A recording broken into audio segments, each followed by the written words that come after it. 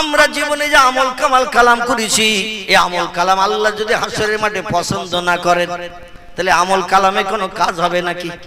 মসজিদে নামাজ পড়ি মন থাকে জুতোয়, মসজিদে নামাজ পড়ি মন থাকে ছাতায়, মসজিদে নামাজ পড়ি মন থাকে হাঁড়িতে, মসজিদে নামাজ পড়ি মন থাকে লাল আর হলুদের কাছে। ঠিক বললাম না ভুল বললাম? মসজিদে নামাজ পড়ি মন থাকে মাঠে জল কলের আলায়, কেউ জাল টাল ফেলে মাছটা ধরতেছে কিনা, কত রাকাত হয়েছে নামাজ তাও মাঝে মাঝে খেয়াল হারা হয়ে যায়। ঠিক বললাম না ভুল বললাম? 3 রাকাত হইলো কি ক রাকাত হইলো তাও মাঝে মাঝে খেয়াল হারা হয়ে যায়। এই রকম নামাজ আমার আল্লাহর দরবারে কোনোদিন কবুল হবে না, হবে না, হবে না। যে নামাজ একাগ্রতার হবে, একাগ্রতার নামাজ, আল্লাহর বান্দা ছাড়া মাঝখানার কোনো চিন্তা ভাবনা আসবে না, এই নামাজ আল্লাহর দরবারে কবুল হবে, এই আমল আল্লাহর দরবারে কবুল হবে। কিন্তু সেই আমল বর্তমানে আমাদের আর নাই। ঠিক বললাম কিনা? এই জন্য হাসরের মাঠে আমার ভাইরা, কোন ব্যক্তি নিজের আমল কালামে জান্নাত হালাল বানাতে পারবে না। জান্নাত হালাল বানাতে গেলে মুহাম্মদ রাসূলুল্লাহর সাহায্য লাগবে না, লাগবে না? নবী বলছেন লা ইয়াদখুলুল জান্নাত, আমি মুহাম্মদ অত সময় পর্যন্ত বেহেশতে ঢুকবো না হাত্তা ইয়াতাকে ওয়া ইখরাজু মিনান নারে মান ক্বালা লা ইলাহা ইল্লাল্লাহু ওয়া ফি কলবিহি উজনুন জাররাতিন মিন খায়র, রাওয়াহু মুসলিম। চিল্লায়ে বলুন একটু আল্লাহু আকবার। আল্লাহর পয়গম্বর সোনার জবানিতে জানিয়েছেন, ও দুনিয়ার মানুষ তোমরা শোনো, আল্লাহ এমন একজন মহামানব করে আমাকে পৃথিবীতে পাঠিয়েছেন, সমস্ত ব্যক্তির দায়িত্ব আমার কাঁধে চাপিয়ে দিয়েছেন, এইজন্য আমার নামের পাশে সার্টিফিকেট দিয়েছেন রাহমাতাল লিল আলামিন। চিল্লায়ে বলুন একটু সুবহানাল্লাহ। দয়ার সাগর করুণাদার করে আমাদের পয়গম্বরকে আল্লাহ পাঠিয়েছেন ভারতবর্ষের হিন্দু ভাইদের ঘরের একজন উচ্চ শিক্ষিত হায়ার এডুকেটেড ব্যক্তিত্ব, লোকটির নাম পণ্ডিত হরপ্রসাদ শাস্ত্রী। আমাদের নবী সম্পর্কে একটি সুন্দর তত্ত্ব দিয়েছেন ইতিহাসে। পণ্ডিত হরপ্রসাদ শাস্ত্রী বলছেন, বিধাতার তরফ থেকে মানুষের কল্যাণের জন্য যদি কোনো মহামানব এই পৃথিবীতে আবির্ভূত হয়ে থাকে, সে মহামানবের নাম হযরতে মুহাম্মদুর রাসূলুল্লাহ সাল্লাল্লাহু আলাইহি ওয়াসাল্লাম। যদি কেউ বলে মুহাম্মদ রাসূলুল্লাহ বিধাতা প্রেরিত রাসূল নয়, আল্লাহর পাঠানো মহামানব নয়, আমি হরপ্রসাদ শাস্ত্রী বলছি, স্রষ্টার তরফ থেকে মানুষের কল্যাণের জন্য কোন মহামানব এই পৃথিবীতে কোনোদিন আবির্ভূত হয় নাই।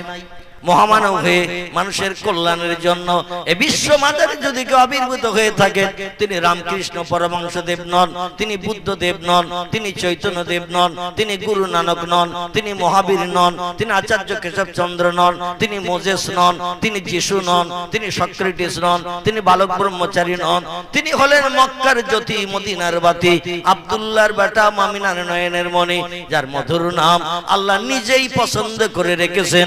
আল্লাহ নাম রেখে আবার ক্ষান্ত হন নাই, নিজের নামের পাশে আরশ কুরসিতে ওই ব্যক্তির নাম আজও লিপিবদ্ধ করে রেখেছেন এবং কিয়ামত পর্যন্ত থাকবে। একটু চিল্লায় বলা যাবে কি সুবহানাল্লাহ।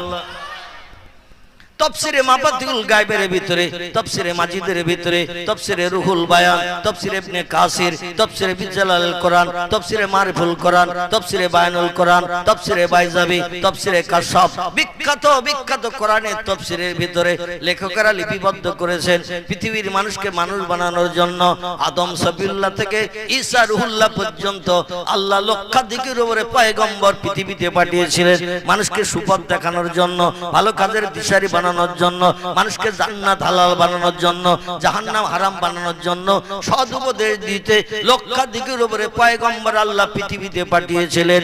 এই লক্ষাধিকের উপরে পয়গম্বর যারা পৃথিবীতে এসেছিল, এদের ভিতরে দামি দামি পয়গম্বর এসেছে। আদম সফিউল্লাহ একজন দামি পয়গম্বর, ইব্রাহিম খলিলুল্লাহ দামি পয়গম্বর, মুসা নবী দামি পয়গম্বর, ইউসুফ নবী দামি পয়গম্বর, সুলাইমান নবী দামি পয়গম্বর, দাউদ নবী দামি পয়গম্বর।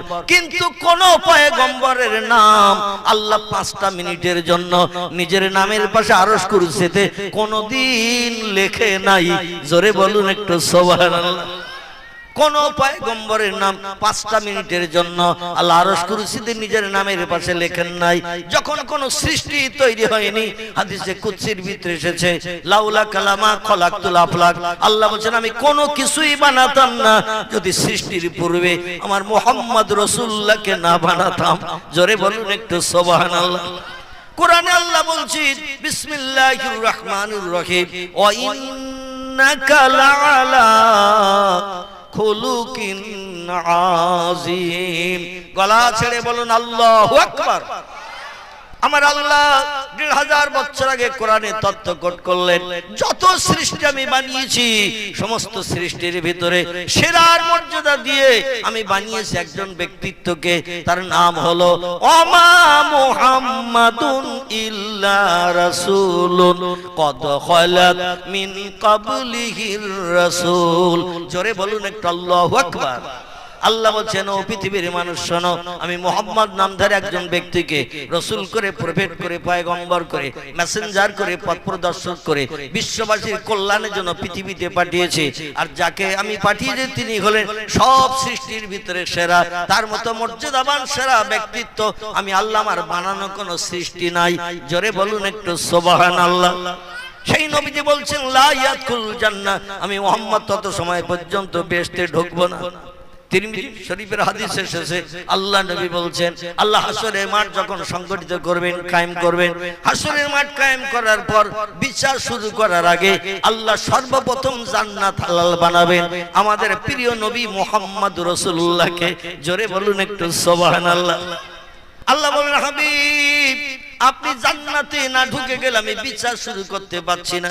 আমার সৃষ্টির ভিতরে সেরা ব্যক্তিত্ব আপনি, আপনার জীবনে কোনো ত্রুটি নাই, জীবনে কোনো ভুল নাই, জীবনে কোনো অপরাধ নাই, আমার সৃষ্টির ভিতরে আপনি সেরা ব্যক্তিত্ব।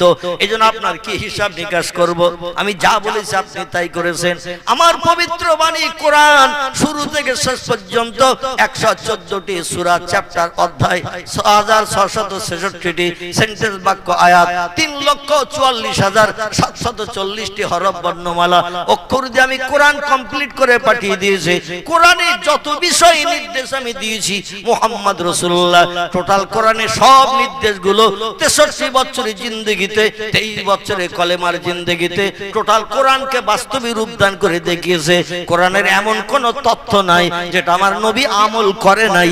জোরে বলুন একটু সুবহানাল্লাহ। বিশ্ব নবীর ইন্তেকালের 8 দিন পর খ্রিস্টানেরা এসে, ইয়ামান থেকে খ্রিস্টানিরা মদিনা এসেছে আমাদের প্রিয় নবীকে দেখার জন্য। মুহাম্মদ নাকি পৃথিবীতে রূপ, চেহারা, সৌন্দর্যে দেখতে বিশ্ব সুন্দর। কি সুন্দর!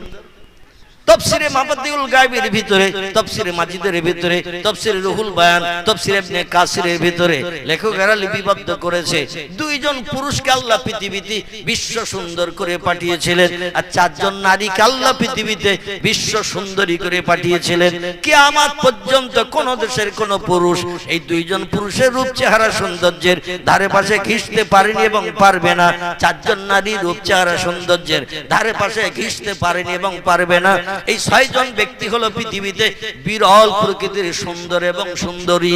জোরে বলা যাবে না একটু সুবহানাল্লাহ। একজন বিশ্ব সুন্দরের নাম আল্লাহ কোরআনের 12 পারায় কোট করে দিয়েছেন। তার পিতার নাম ছিল ইয়াকুব, লোকটির নাম ছিল হযরত ইউসুফ আলাইহিস সালাম। ইনি রূপ, চেহারা, সৌন্দর্যে পুরুষের ভিতরে দেখতে ছিলেন বিশ্ব সুন্দর। জোরে বলুন একটু সুবহানাল্লাহ। তার বিশ্ব সুন্দরের মর্যাদা দেওয়ার জন্য আল্লাহ পাক কোরআনে পাকের ভিতরে তার নামে একটি সূরা কোট করে দিয়েছেন। সূরাটির নাম দেয়া হয়েছে সূরাতুল ইউসুফ। কি নাম? কি নাম? সূরা ইউসুফ। তার নামে একটি সূরা কোরআনে কোট করে দিয়েছেন। আরেকজন বিশ্ব সুন্দরকে আল্লাহ পৃথিবীতে পাঠিয়ে দিয়েছিলেন। তার পিতার নাম ছিল আব্দুল্লাহ, লোকটির নাম ছিল মুহাম্মাদুর রাসূলুল্লাহ সাল্লাল্লাহু আলাইহি ওয়াসাল্লাম। ইনি ছিলেন পৃথিবীতে পুরুষের ভিতরে রূপ, চেহারা, সৌন্দর্যে দেখতে বিশ্ব সুন্দর। কিয়ামত পর্যন্ত কোন দেশের কোন পুরুষ বেটা ছেলে এই 2 জন ব্যক্তির রূপ, চেহারা, সৌন্দর্যের ধারে পাশে অতীতে ঘিসতে পারেনি, বর্তমানেও পাচ্ছে না, ভবিষ্যতেও পারবে না। 2 জন হলেন বিরল প্রকৃতির সুন্দর। জোরে বলুন একটু সুবহানাল্লাহ। এখন আমি আপনাদের কাছে যদি জিজ্ঞাসাবাদ করি, 2 জন হলেন পুরুষের ভিতরে বিশ্ব সুন্দর, এখন 1 নম্বর কে? 2 জন বিশ্ব সুন্দর, 2 জনের ভিতরে 1 নম্বর কে? কার নাম বলবেন? আমার ভাইরা, 2 জনের ভিতরে 1 নম্বর হলেন আমাদের প্রিয় নেতা রাহবার কামলিওয়ালা, যার নাম হলো মুহাম্মাদুর রাসূলুল্লাহ। ইনি ছিলেন 1 নম্বর। ইউসুফ নবীর বিশ্ব সুন্দরের মর্যাদা ছিল। দিবালোকে দিনের বেলা মানুষ একই রকম তারে দেখতো, যত সময় না পশ্চিম দিকে সূর্য অস্তমিত হতো ইউসুফ নবী যে বিশ্ব সুন্দর মানুষ অনুধাবন করতে পারত না। যেই সূর্য পশ্চিম দিকে ডুবে যে রাতের আধার নেমে আসতো পৃথিবীতে, ইউসুফের কপাল থেকে একটা লাইট বেরিয়ে যে তাম পৃথিবীর মানুষকে দিনের আলোর মতো দেখিয়ে দিত তার চেহারা। জোরে বলুন একটু সুবহানাল্লাহ। তার চেহারা থেকে লাইট বেরিয়ে যে দূরে গাছের গায়ে লাগতো, পাহাড়ের গায়ে লাগতো, বিল্ডিং এর গায়ে লাইট লেগে ওই লাইট আবার রাতের আধারে ফিরে এসে পয়গম্বরকে রাতের বেলা জনগণকে দিনের আলোর মতো দেখিয়ে দিত। সূর্য যখন আলো দেয়, লাইট দেয়, সূর্যের লাইটে দেখবেন একটা আয়না ধরবেন, আয়না, সূর্যের লাইট একটা আয়না ধরলে আয়না থেকে একটা তীক্ষ্ণ লাইট বেরিয়ে যায় কিনা?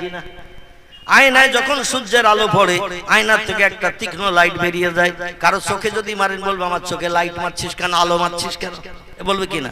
এই আয়নার থেকে যে লাইটটা বেরিয়ে যায় এই লাইটটা যেমন তীক্ষ্ণ লাইট হয়, পয়গম্বর ইউসুফ নবীর চেহারার লাইট রাতের বেলা ওই রকম তীক্ষ্ণ লাইট বেরিয়ে যে রাতের বেলা তার বডিটা জনগণকে দেখিয়ে দিত।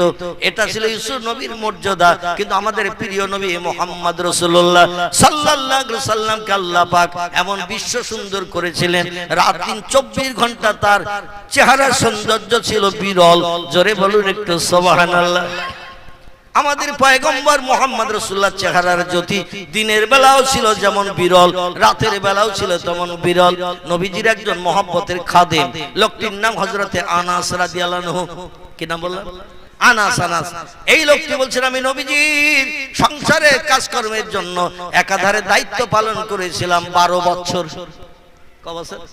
আমি গোলামগিরির কাজ করেছিলাম নবীর সংসারে, 12 বছর গোলামগিরির কাজ করেছিলাম। পয়গম্বর মুহাম্মদ রাসূলুল্লাহ একদিন আমাকে বড় খুশি করলেন, সন্তুষ্ট করলেন। একদিন সন্ধ্যার পরে এশার নামাজ হতে পয়গম্বর আমারে ডাক দিলেন, ইয়া আনাস ইযহাবিল জাবাল, ও আনাস একটু ওই পাহাড়ি এলাকায় আমার বিশেষ প্রয়োজন যাওয়ার।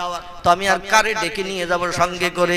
তুমি যখন পাশের কাছে আছো ইযহাব, তুমি একটু চলো আমার সঙ্গে ওই পাহাড়ি এলাকায় যেতে হবে, চলো। আনাস বলছে আমার জীবন ধন্য হয়ে গেল, নবীর সংসারে কাজকর্ম করি কিন্তু নবীজির সঙ্গে হয়ে কোনোদিন কোথাও যাওয়ার সুযোগ পাইনি। আজকের পয়গম্বর আমারে ডাক দিয়েছেন, মনটা আমার আনন্দে ভরে গেল। পয়গম্বর বলছেন ইযহাব, চলো চলো আমার সঙ্গে চলো।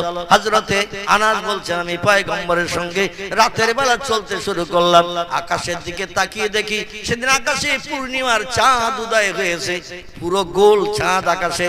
মদিনার জমিনে আকাশে পুরো গোল চাঁদের লাইট মদিনার জমিনে আসছে। লাইটের এত তেজ, এত জ্যোতি সেদিন চাঁদের। মদিনার রাস্তার উপরে ধুলায় পাথরে কাকরের উপরে একটা ছোট্ট সূচ যদি পড়ে থাকে, চাঁদের লাইটের এত জ্যোতি সূচটাও পর্যন্ত জমিন থেকে তুলে নেওয়া যাবে। দিনের আলোর মতো জ্বলজ্বল করছে মদিনার জমিন। সেদিন আমি মনে মনে ধারণা করলাম চাঁদ আজকের মন খুলে লাইট দিয়েছে, এইরকম মন খুলে কোনদিন আলো দেয়নি। আজকের আলো যেন চাঁদ মন খুলে দিয়েছে। আমি একবার চাঁদের দিকে তাকাই আর একবার প্রিয় নবী মুহাম্মদ রাসূলুল্লাহর কাছে যে মাথাটা নিচু করে নবীজির মুখের দিকে একটু তাকাচ্ছি। চাঁদের আলোর দিকে তাকিয়ে দেখছি পূর্ণিমার চাঁদের আলো দিনের আলোর মতো তামাম মদিনার পাহাড় পর্বত ঘর বাড়ি বিল্ডিং বালাখানা গাছপালা সব দিনের আলোর মতো দেখা যাচ্ছে। চাঁদের এত জ্যোতি, ছোট্ট গুঁড়ো সূচ যদি পড়ে থাকে পাথরের কুচির ভিতরে, ক্ষয়ের ভিতরে, বালির ভিতরে, সেটাও তুলে নেওয়া যাবে। এত চাঁদের জ্যোতির শ্রীবৃদ্ধি। আমি সেই দিন চাঁদের জ্যোতির লাইট বেশি না পয়গম্বরের চেহারার লাইট বেশি যাচাই করার জন্য পয়গম্বরের কাছে যে মাথাটা নিচু করে পয়গম্বরের মুখের দিকে একবার তাকাচ্ছি আর একবার চাঁদের দিকে তাকাচ্ছি। আল্লাহে লা শাক্কা ফিহি, আমি সেই খোদার কসম খেয়ে বলছি পয়গম্বরের চেহারার দিকে যখন মাথা নিচু করে তাকিয়ে দেখলাম পয়গম্বরের চেহারার থেকে একটা লাইট বেরিয়ে চাঁদের আলো হেরাস করে উপরে তুলে দিচ্ছে। চাঁদের যে লাইট আসছিল মদিনায়, চাঁদের লাইটের জ্যোতি পয়গম্বরের চেহারার জ্যোতি চাঁদের লাইটকে হেরাস করে উপরে তুলে দিচ্ছে। পয়গম্বরের চেহারার লাইটের সঙ্গে চাঁদের জ্যোতির কোনো সামঞ্জস্য নাই, হেরাস হয়ে গেছে। জোরে বলুন সুবহানাল্লাহ। প্রিয় নবী মুহাম্মদ রাসূলুল্লাহ 11 মতান্তরে 13 জন স্ত্রী ছিল। কারো নাম খাদিজা, কারো নাম আয়েশা, কারো নাম উম্মে সালমা, কারো নাম উম্মে হাবিবা, কারো নাম যায়নাব বিনতে জাহাশ, কারো নাম যায়নাব বিনতে খুজাইমা, কারো নাম সাউদা, কারো নাম সুবিয়া, কারো নাম মাইমুনা, কারো নাম জাওয়ারিয়া, কারো নাম মারিয়া, কারো নাম হাফসা। এরা ছিল প্রিয় নবীর বিবিগণ। এই বিবিগণের ভিতরে নবীজিকে বেশি সেবা করার দায়িত্ব পালন করেছেন দুইজন। কজন? নবীজির 11 থেকে মতান্তরে 13টি স্ত্রীর ভিতরে দুইজন নারী নবীজিকে বেশি সেবা করার দায়িত্ব পালন করতে পেরেছিলেন, সেবা করার সুযোগ পেয়েছিলেন। একজন হলেন মক্কার অধিবাসিনী খোয়াইলিদ দুহিতা, আরব কান্ট্রির বিশ্ব সুন্দরী খেতাব পেয়েছিলেন যিনি, নাম ছিল তার হযরতে মা খাদিজাতুল কুবরা রাদিয়াল্লাহু আনহা। আল্লাহর নবী পয়গম্বরকে একটানা 25 বছর সেবা করার দায়িত্ব পালন করেছিলেন। আমার ভাইরা, খাদিজার সেবায় আমার আল্লাহ এত খুশি সন্তুষ্ট হয়ে গিয়েছিলেন। পৃথিবীতে দুইজন নারী বিশ্ব রেকর্ড করেছেন, পুরুষদের পর্যন্ত বানিয়ে দিয়ে বিশ্ব রেকর্ডের খাতায় দুইজন নারী নাম নথিভুক্ত করেছেন। কিয়ামত পর্যন্ত কোন দেশের কোন নারী এই রেকর্ড ভাঙতে পারেনি এবং পারবে না। এরা হলো বিরল প্রকৃতির রেকর্ডকারী। চিল্লাই বলুন একটু সুবহানাল্লাহ। আমার ভাইরা, এদের রেকর্ড হলো পৃথিবীতে প্রত্যেকটি নারী পুরুষ মরণের পরে যখন কবরে কবরস্থ হয়, প্রত্যেকটি নারী পুরুষ মরণের পরে যখন কবরে কবরস্থ করা হয়, আল্লাহর কোরআন সূরা বাকারায় বলছেন সুম্মা ইউহয়িকুম, প্রত্যেকটি মরা মানুষকে আপনজন কবরে রেখে গেলে তাকে আবার জিন্দা করা হয়। বিশ্বাস হয় আপনাদের? চাচা মরে গেছে, কবরে দিয়ে আসলাম, বাঁশবাকারি দিয়ে চাপা দিয়ে আসলাম, খেজুরি পাতা পুঁতে দিয়ে আসলাম। চাচা একটু বললো না, আমার এখানে একা একা রেখে যাসনি, তোরা যেখানে থাকবি আমার সেখানে নিয়ে যা। এই চাচা বলিস কোনোদিন? আর যদি বলে তো আমরা রাখতে পারবো তারে? কারণ আপন জন্মের মানুষ, কাছের মানুষ, জায়গা জমি ঘর বাড়ি সব রেখে যাচ্ছে যে লোকটা, সে লোকটা যদি একটু দাবি টাবি করে তো তার দাবির পুনর্বিবেচনার একটা চিন্তা ভাবনা করতে হবে কিনা, কিন্তু আজ পর্যন্ত কেউ বলে না। আল্লাহর কোরআন বলছে মানুষ যখন তার কৃতকর্ম শেষ করে দেয়, শেষকৃত্য সম্পন্ন করে দেয়, 40 কদম কবর ছেড়ে মানুষ যখন ঘরের দিকে প্রস্থান করে, প্রত্যাবর্তন করে, তিরমিজি শরীফের হাদিস, আল্লাহর পয়গম্বর বলছেন কবরে দুইজন পরীক্ষক এসে হাজির হয়। কজন? কবরে দুইজন পরীক্ষক এসে হাজির হয়। একজনের নাম মুনকির আর একজনের নাম নকির। দুইজন পরীক্ষা গেছে, বলে কুম বিজনিল্লাহ ইয়া আব্দুল্লাহ, ও আল্লাহর বান্দা, আল্লাহর বান্দি, কে তুমি শুয়ে আছো? আপনজনের কাজ কমপ্লিট হয়ে গেছে, এবার আমাদের পালা, ওঠো, ঘুম থেকে ঠেলে ওঠো। 65 বছর 70 বছর আল্লাহ জমিনে বাস করেছো, আল্লাহ নিয়ামত খেয়েছো, আল্লাহর অনুদান বিবি বাচ্চা নিয়ে সংসার জীবনে সুখ ভোগ করেছো, আল্লাহ জমিনে ঘর বেঁধে থেকেছো, আল্লাহর কাজ কি তুমি করে এসেছো? একটু উত্তর দাও। আল্লাহ দুনিয়ায় 65-70 বছর তুমি বসবাস করেছো। এই পৃথিবীর জমিন বানিয়েছে কে? এই জমিন বানিয়েছেন আল্লাহ। তিনি বলছেন খলাকাস সামাওয়াতি ওয়াল আরদা, মাথার উপরে দেখতে পাচ্ছ ওই যে নীল আকাশ, বিনা পিলারে, বিনা থাম্বায়, বিনা খুঁটিতে আমি যুগ যুগ ধরে তোমাদের মাথার উপরে সামিয়ানা করে বানিয়ে রেখেছি। তোমার কোনো বিজ্ঞান, দর্শন, ইঞ্জিনিয়ার, ডাক্তার, মাস্টার কোন ব্যক্তির বাবার ক্ষমতা নাই ওই রকম মহাশূন্যে যুগ যুগ ধরে সামিয়ানা বানিয়ে রাখা। পারবে কেউ? আপনারা কি বলতে পারবেন পৃথিবীর কোন দেশে 2-5টা করে খুঁটি দিয়ে আকাশ ঠেকে দেয়া রয়েছে? Japan, German, England, Holland, Poland, Italy, Brazil, Switzerland, যুক্তরাষ্ট্র, আমেরিকা থেকে শুরু করে ব্রিটেন থেকে শুরু করে এমন কোন দেশে কি খুঁটি টুটি দিয়ে আকাশ ঠেকে দেয়া রয়েছে? আছে নাকি? ভূগোল বই, ইতিহাসে লেখাটাকে আছে এই ছেলেরা? নাই। এখন বিনা পিলিয়ারে, বিনা থাম্বায়, বিনা খুঁটিতে আকাশকে যিনি মাথার উপরে সামেনা করে রেখেছেন, এখন এই আকাশ এই হালকা কাপড়ের মতো না, এর থেকে পুরু না হালকা? এই যে সামেনা আজকের মাথার উপর টানানো হয়েছে, এই হালকা কাপড় মাথার উপর টানাতে যে খুঁটি পুঁততে হয়েছে কিনা? এই খুঁটি আছে না নেই? খুঁটি যদি না থাকে তো সামেনা মাথার উপরে থাকবে? থাকবে না। এখন ওই যে আকাশ সামেনা আল্লাহ মাথার উপরে বানিয়ে রেখেছেন, এরকম হালকা কাপড়ের মতো তো নাকি? আল্লাহর পয়গম্বর বলছেন আমার জীবনের 53 বছর বয়সে রজব মাসের 26 তারিখের দিনগত রাত মক্কার কাবার চাতল থেকে জান্নাতি রকেট চেপে আমি সপ্তম আসমান পরিভ্রমণের সুযোগ পেয়েছিলাম। সুবহানাল্লাযী আসরা বিআবদিহি লাইলাম মিনাল মসজিদিল হারামে ইলাল মসজিদিল আকসা। চিল্লায়ে বলুন আল্লাহু আকবার। নবীজির মেরাজ সত্য না মিথ্যা? মানুষ, নবীজি ছিলেন মানুষ। আল্লাহ পাক তাকে মানুষ করে পৃথিবীতে পাঠিয়েছিলেন। কুল ইন্নামা আনা বাশারুম মিসলুকুম। আল্লাহ বলছেন নবী দুনিয়ার মানুষকে তুমি বলে দাও তোমরা দেখতে যেমন মানুষ, আমি মোহাম্মদ দেখতে তেমন মানুষ। তোমাদের দুই পাটিতে যেমন 32 খানা দাঁত, আমার 33-34 খানা নয়, আমারও 32 খানা দাঁত। তোমাদের গালের ভিতরে যেমন একটা জিভ, আমারও তেমন একটা জিভ। তোমাদের যেমন নাকের দুই পাশে দুটো চোখ, আমারও তেমন নাকের দুই পাশে দুটো চোখ। তোমাদের মাথায় যেমন কালো চুল, আমারও মাথায় তেমন কালো চুল। দুই হাতে তোমাদের 5টা করে 10টা আঙুল, আমারও 6টা করে 12টা নাই, আমারও 5টা করে 10টা। আমার দুই পায়ে যে 5টা করে 10টা আঙুল, তোমাদেরও তাই। তোমরা দেখতে যেমন আমি মুহাম্মদও দেখতে তেমন, তাই বলে যেন ধারণা করিও না তোমরা যা আমি তাই, এই ধারণা যেন করিও না। ইউহা ইলাইয়া, ও দুনিয়ার মানুষ আমি তোমাদের মতো দেখতে বটে, তবে তোমাদের থেকে একটু পার্থক্য ছিলাম। ইউহা ইলাইয়া, আমার কাছে আসমানি ওহী জিবরিল আমিন আসে তথ্য পরিবেশন করতে। তোমরা হাজার চেষ্টা করলেও জিবরিল কোনোদিন তোমাদের কাছে আসবে? জিবরিল তোমাদের কাছে আসবে না। তোমরা পেশাব করলে দুর্গন্ধ হয়, আমি মুহাম্মদ পেশাব করলে মেশকে আম্বরের গন্ধ হয়। তোমরা পায়খানা করলে দুর্গন্ধ ছোটে নাকে লাগে, আমি মুহাম্মদ পায়খানা করলে মাটি খুশি হয়ে হা হয়ে খেয়ে নাই। জোরে বলুন একটু সুবহানাল্লাহ। মাটি এমনি এমনি ফেড়ে যায়, হা হয়ে খেয়ে নাই। সাহাবীরা বলছেন আমি বহুবার চেষ্টা করেছি।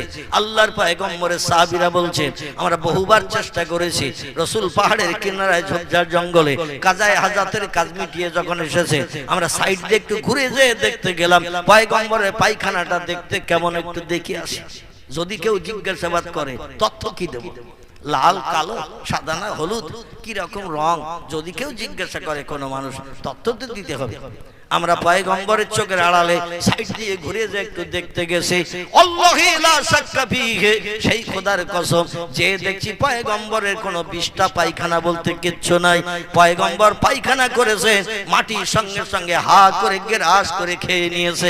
জোরে বলুন একটু সুবহানাল্লাহ। আর আমাদের যদি কোনো আমাশার ব্যায়াম ট্যায়াম হয়, রাস্তা দিয়ে চলতে যে হঠাৎ আমাশার কামড় শুরু হয়ে গেছে, ও বাড়ি পর্যন্ত আসতে দেবে? অশোক গাছের ধারে, খেজুর গাছের পাশে রাস্তার ধারে যদি 10-20 গ্রাম 50 গ্রাম পায়খানা যদি সেরে আসে, 7 দিন পরেও যদি যায়, কুকুর আর শূকর যদি গন্ধ না পায়, সেখানে যেও 7 দিন পরে দেখতে পাওয়া যাবে কিনা? 4 দিন আগে পায়খানা সেরেছি, 4 দিন পরে 6 দিন পরে যে দেখছি যে পায়খানা করেছিলাম সেই পায়খানায় রয়ে গেছে। কিন্তু নবীর পায়খানা কোনোদিন জমিনে থাকতো না। জোরে বলুন একটু সুবহানাল্লাহ। তিনি ছিলেন বিরল প্রকৃতির মানুষ, সেই পয়গম্বর মুহাম্মদ রাসূলুল্লাহ সাল্লাল্লাহু আলাইহি ওয়াসাল্লামের প্রাণ প্রিয়া বিবি।